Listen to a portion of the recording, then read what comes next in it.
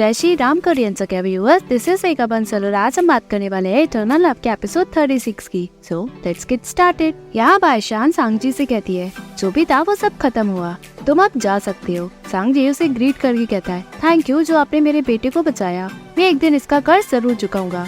बाईशान कहती है, इसकी कोई जरूरत नहीं, ये सब मैंने शाओशिंग के पुराने रिलेशन की वजह से किया है, इससे तुम्हारा कुछ लेना देना नहीं है।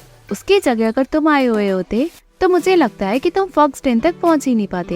यहाँ एम्परर दीजुन बेड पे होता है। फेंगजू उसे पकड़ के रोते हुए कहती है, मैजेस्टी मुझे छोड़ के मत जाओ। दीजुन कहता है, नहीं जा रहा। फेंगजू रोते हुए कहती है, अगर तुम चले जाओगे तो।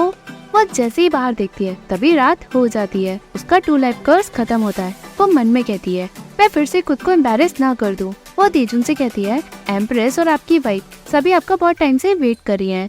वो जैसे ही जाती है दीजुन उसे पकड़ते हुए कहता है, अगर मैंने तुम्हें रुकने को कहा है तो तुम्हें रुकना होगा, क्यों ना मैं तुम्हें टाइटल दे दूं।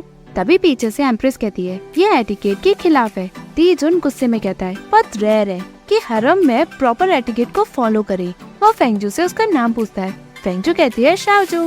दीजुन कहता है, आज के बाद मैं तुम्हें जुअर कहकर बुलाऊंगा।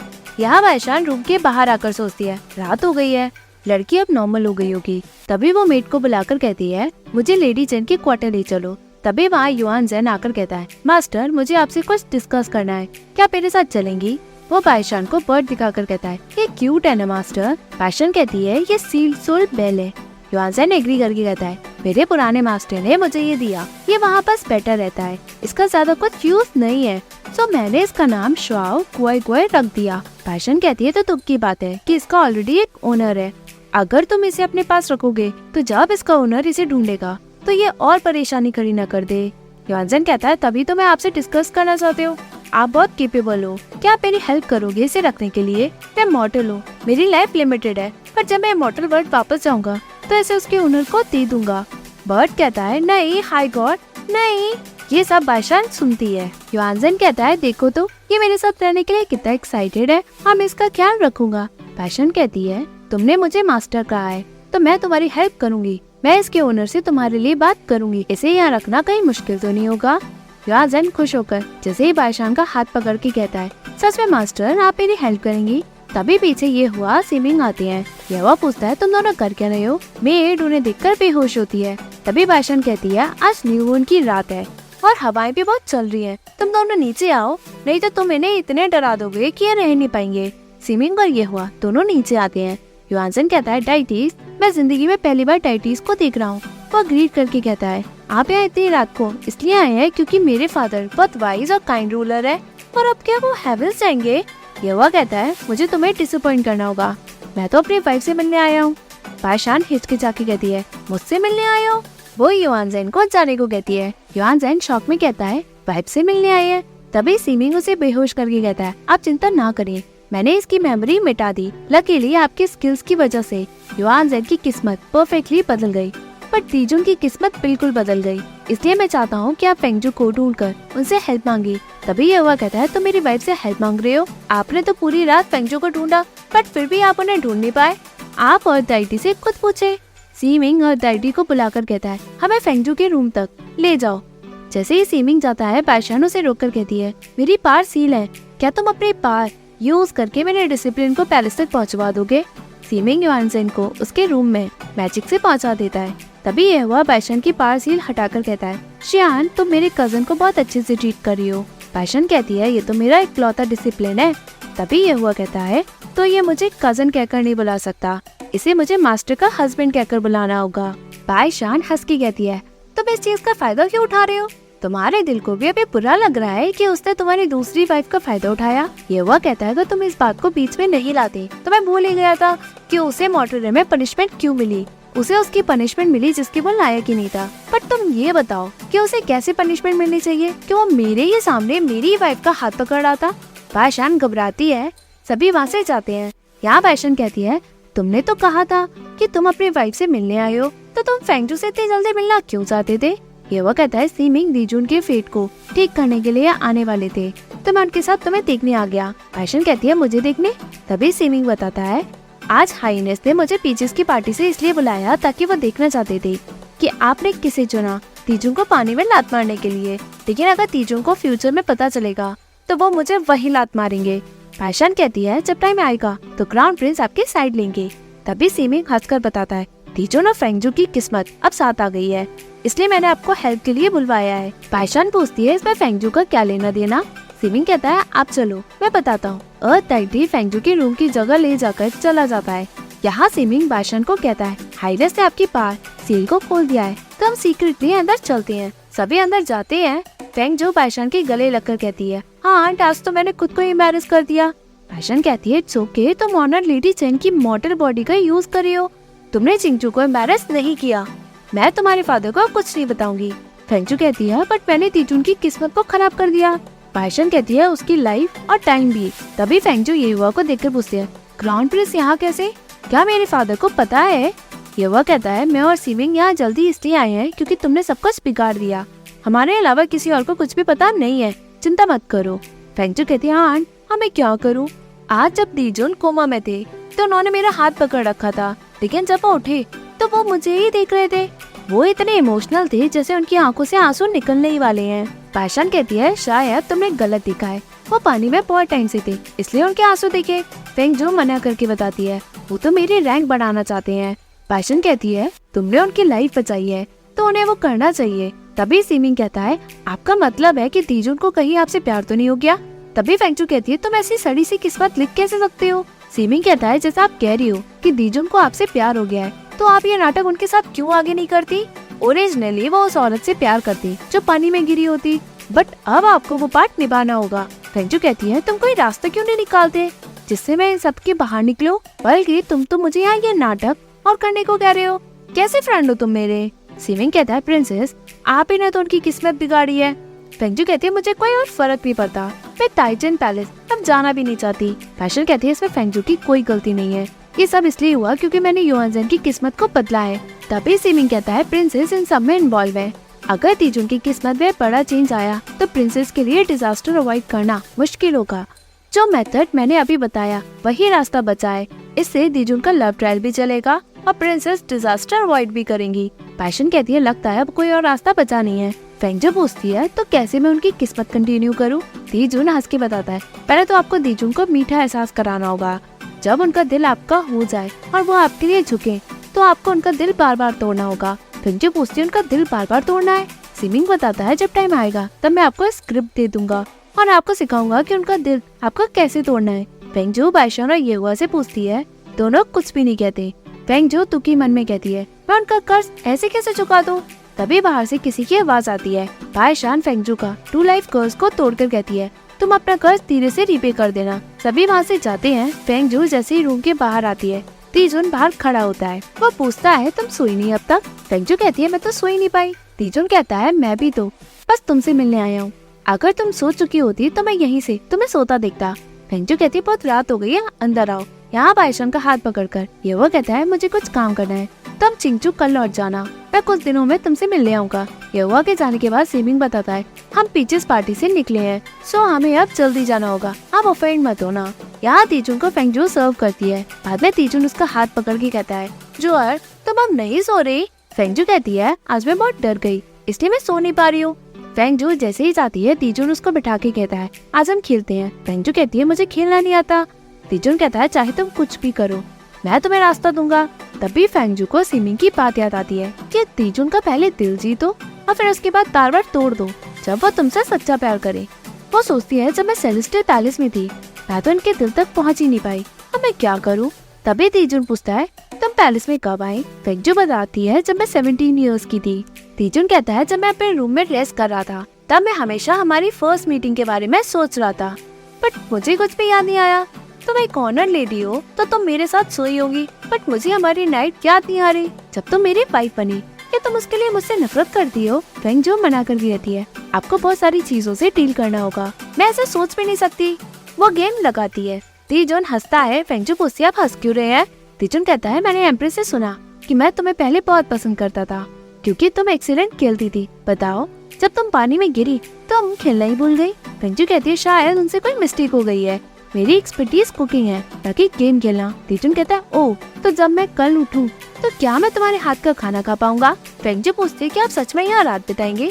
तीजून कहता है क्यों, इसमें कुछ गलत है क्या, या फिर तुम मुझे ब्लेम करती हो कि मैंने पहले तुम्हें वैल्यू नहीं दिया। फेंगजू मना करके कहती है, आपके पास करने को बहुत कुछ था। तभी तीजुन कहता है, तुम्हें बस यही कहना आता है। फेंगजू मन में कहती है, अब मैं क्या करूँ, चिंगचू के लोग हमेशा से सिंपल और ऑनेस्ट रहे हैं, तब एक साथ आए हैं जब दोनों ने एक दूसरे को म्यूचुअल कंसेंट दिया है।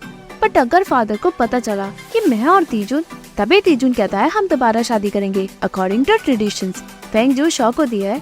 यहाँ तीजुन दूल्हा बना होता है, फेंगजू दुल्हन बनकर आती है और कहती है, हम पैलेस की रूल के हिसाब से इन्फॉर्म नहीं करेंगे और इम्प्रेस को पता चला तो वो मुझे ब्लेम करेंगी। तीजुन फेंगजू को बेल ढककर कहता है, इस पैलेस में कोई भी तुम्हारे लिए परेशानी खड़ी नहीं करेगा।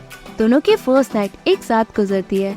यहाँ हेवेंस पे पीचेस पार्टी चलती है। तीजुन सीमिंग से कहता है, जो भी तुमने फेंगजू को मैसेज दिया उसमें मिस्टेक बहुत थी, क्या तुम मुझसे कुछ छुपा रहे हो। सीमिंग कहता है, आप समझ गए तो मैं बताता हूँ। तीजुन मॉडल रूम में फेंगजू को उसका लव का कर्ज चुकाने गए हैं। जब वो ताइचिन पैलेस में थी, उन्हें तीजुन से बहुत प्यार था, बट तीजुन और फेंगजू की किस्मत एक साथ नहीं हो सकती, तो इसलिए तीजुन मॉडल रूम में उन्हीं के लिए गए हैं ताकि वो उन्हें उनका मॉडल लव दे सके। बस ये लव इसी मॉडल की लाइफ टाइम में रहेगा, आगे कुछ भी नहीं होगा। यवा कहता है, तो इसलिए तुमने शियन की हेल्प की ताकि वो युआनजन को बचा ले और तीजुन और फेंगजू की किस्मत एक हो। सिमी कहता है, फॉर्चुनेटली बायशान इस आइडिया के साथ आई, नहीं तो मुझे कोई और रास्ता ढूंढना होता मॉडल तीजुन और फेंगजू को साथ करने का। तभी वहाँ दीफेंग आकर बताता है, जो भी आपने मुझे इन्वेस्टिगेट करने को कहा था, मेरे पास उसका रिजल्ट है। ये वो कहता है, बताओ। दीफेंग बताता है, जो भी मॉडल के साथ हादसा हुआ है उनमें एक बात बहुत कॉमन है कि वो सभी हाई मॉडल रैंक में आते हैं। फाइनली बायशान चिंगचू में पहुंचती है। मीगू कहता है, हाँ आंट आप आ गई। बायशान कहती है, मेरे बिना तुम यहाँ का काम बड़े मजे से फ्रीली कर रहे हो। मीगू एन्चेंटिंग स्पेल में कहता है, हाँ आंट आप तो कल आई थी और आपने बड़ा काम भी किया है। अब आप ऐसा क्यों कह रही है कि जैसे आप अभी आई हैं? बायशान कहती है, मैं कल मॉडल रूम में थी, मैं कब वापस आई? तभी मीगू कहता है, हाँ आप तो वहाँ गई थी और आप ही ने कहा था कि मैं फॉक्सटेल में रुकूं और कहीं भी ना जाऊं। बायशान सब समझ के कहती है, किसने तुम्हारे ऊपर एन्चेंटिंग स्पेल किया है? मीगू मना करता है। बायशान अपने पार से मीगू का एन्चेंटिंग स्पेल तोड़ती है। बायशान पूछती है, क्या हुआ? मीगू बताता है, हाँ आंट फाइनली आप आ गए, बहुत बुरा हुआ है। श्वानु ने आपका चेहरा बनाया और वो मोयुआन की बॉडी के साथ इम्पीरियल ग्रेट ग्रैंडसन को भी अपने साथ ले गई है। बायशान गुस्से में आकर पॉन्ड से अपना कुल्लून आर्टिफैक्ट यानी फैन ऑफ कुल्लून को बाहर निकालती है और फैन को पकड़ते हुए कहती है, फैन तुम्हें अब खुद दोबारा टेस्ट न करना पड़े। वो गुस्से में गोस्ट ट्रैप के लिए निकलती है। वे घोट डरकर कहते हैं, आंट मैं इतना क्लमसी कैसे हो गया, मैं उन्हें अकेले जाने कैसे दे सकता हूँ? अब मैं क्या करूँ? Crown Prince. हाँ, यहाँ एमिन्स में ये हुआ कहता है, सेलेस्टियल के हाई मॉडल मारे जा रहे हैं।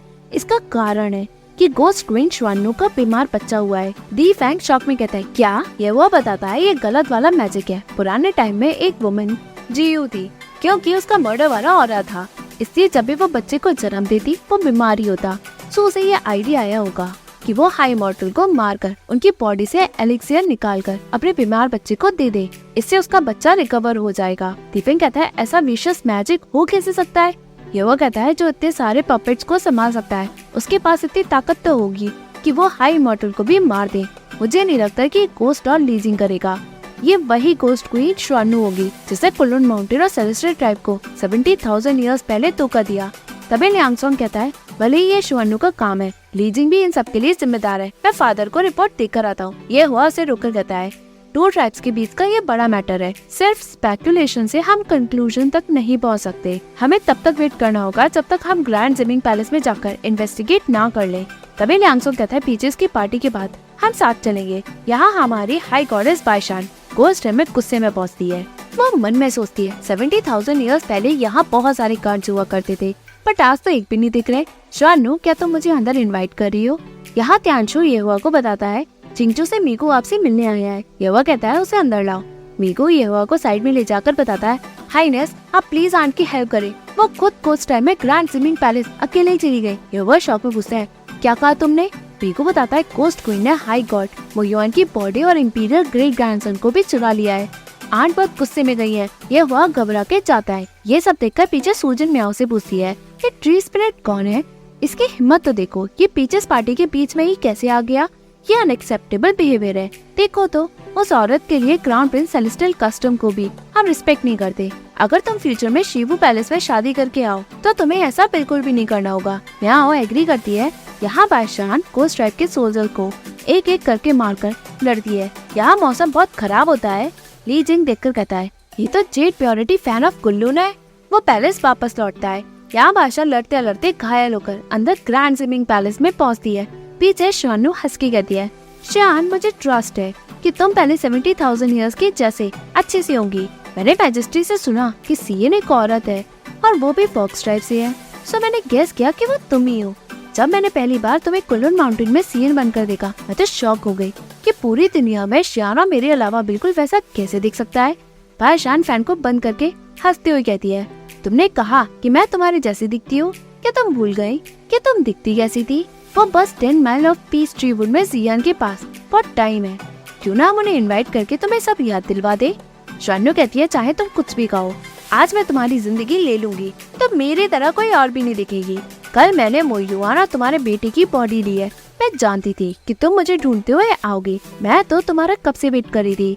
तुमने मोयुआन की बॉडी को बहुत अच्छे से प्रिजर्व करके रखा है। बस से बहुत खुश हूँ। इससे मेरा बेटा हाई गॉड मोयुआन की पावर को ले लेगा। इस पे तुमने बहुत कंट्रीब्यूट किया है, इसलिए अब मुझे तुम्हें जल्दी खत्म करना होगा। बादशाह चैलेंज देकर कहती है, तो हम देखते हैं कि तुम्हारे अंदर एबिलिटी है कि नहीं। वो अपने फैन को तलवार बनाकर सोल्जर से लड़ते हुए अंदर जाती है। वो एक एक को मारती है।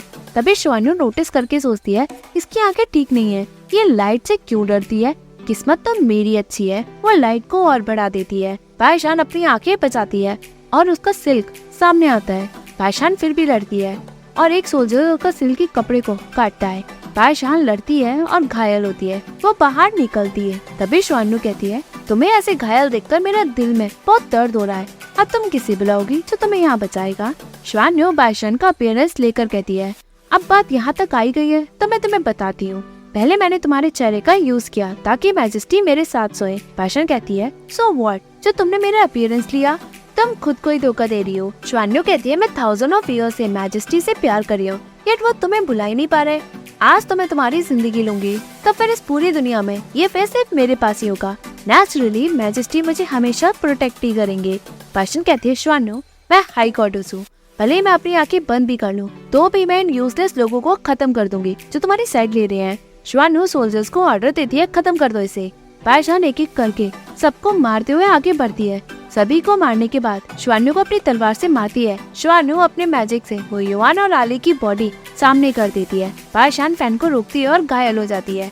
ये हुआ वहाँ आता है और उसे पकड़ता है और मोयुआन के साथ आली की बॉडी साइड में रखता है। बादशाह अपनी आंख बचाकर कहती है, अगर तुम 1 घंटे पहले आती तो मैं इतनी इंजर्ड नहीं हुई होती। यो कहता है, सॉरी मैं लेट आया। वो लाइट कम करके कहता है, बताओ किसने तुम्हें इंजर्ड किया? बादशाह कहती है, मैंने सभी को मार दिया जिसने भी मुझे इंजर्ड किया, बस अब यही बची है। ये वो कहता है, ये तुम खुद करोगी या मैं तुम्हारी हेल्प करूँ? बादशाह कहती है, इसने मेरे मास्टर को ह्यूमिलेट किया और जिनसे मैं प्यार करती हूँ उन्हें इसने हर्ट किया। मैं इसे खुद ही खत्म करूंगी। वो फैन को श्वानु की तरफ बढ़ाती है। तभी ली जिंग उसे रोकता है और ये हुआ फैन को पकड़ता है। ली जिंग श्वानु को पकड़ के कहता है, आयन। श्वानु कहती है, मैं श्वानु। ली जिंग चौंककर कहते हैं, तुम आयन जैसे बिल्कुल क्यों लग रही हो? श्वानु कहती है, बिल्कुल सेम ना। अगर हम इस चुड़ैल बादशाह को खत्म कर दें, पूरी दुनिया में ये फेस सिर्फ मेरे पास ही होगा। अगर आपको पसंद आए तो आप मुझे पूरे दिन ऐसे ही देखते रहना, इससे मैं आपको बचाऊंगी भी। ली जिंग पूछता है, चल क्या रहा है? बादशाह ये हुआ को बताती है, इस औरत ने मेरे मास्टर और तुम्हारे बेटे को लिया है। ये हुआ कहता है, वो तुम्हारा भी बेटा है। ली जिंग शॉक होता है। श्वानु कहती है, हमारा बेटा अच्छा होगा सच में। देखो मोयुआन को हम इस एलिक्सियर में बदल देंगे। आप तो पहले मोयुआन से जलते थे ना, अब आपको जलने की बिल्कुल भी जरूरत नहीं। हमारे बेटे के पास मोयुआन की पार जल्दी आएगी। ली जिंग कहता है, अपना तो मुंह बंद रखो। श्वानु कहती है, मैंने गलत क्या कहा? तुमने बादशाह को सोल जेट पहले नहीं दिया क्योंकि तुम मोयुआन से जलते थे ना। क्राउन प्रिंस आपको नहीं पता, ये सीएन है। बादशाह कहती है, श्वानु मेरे मास्टर की बॉडी बहुत प्रेशियस है। 70,000 ईयर्स से मेरे दिल से खून उन्हें मिलता रहा है। मुझे डर है कि तुम्हारा बेटा उसे हैंडल न कर पाए। ली जिंग पूछता है, तुम्हारे दिल का ब्लड मतलब? तभी ये हुआ कहता है, ली जिंग अभी हम पुरानी बातें नहीं करते, पर बताओ कि तुम आज का मैटर कैसे सॉल्व करोगे? तुम पब्लिकली करना चाहोगे या प्राइवेटली? श्वानु कहती है, अगर प्राइवेट हो या पब्लिक इससे क्या होगा? यह वो कहता है, अगर प्राइवेटली हुआ तो आप अपनी गोस्ट क्वीन की खाल उधड़वा लो, जिससे अपनी जगह पता ही नहीं है, जिससे मेरा गुस्सा कम हो। अगर पब्लिकली हुआ तो सेलेस्टियल सोल्जर्स बहुत टाइम से लड़े नहीं है, उनके पास बहुत सारा फ्री टाइम है। तो हम इस अपॉर्चुनिटी में देख लेंगे कि इतने सालों में किसकी आर्मी ने बढ़िया ट्रेनिंग की है। शानू बैठकर कहती है, क्या मुझे हार्शली पनिश करेंगे? नहीं ना, क्या भूल गए कि मैंने आपके लिए क्या कुछ नहीं किया? मेरे बिना आप गोस्ट लॉर्ड कभी बन ही नहीं पाते। ये सोल्जर्स नहीं ला सकते, इनकी हिम्मत ही नहीं है। सोचो मत, क्या मैं नहीं जानती कि तुम यहाँ सोल्जर्स लगवाने की हिम्मत नहीं कर सकते?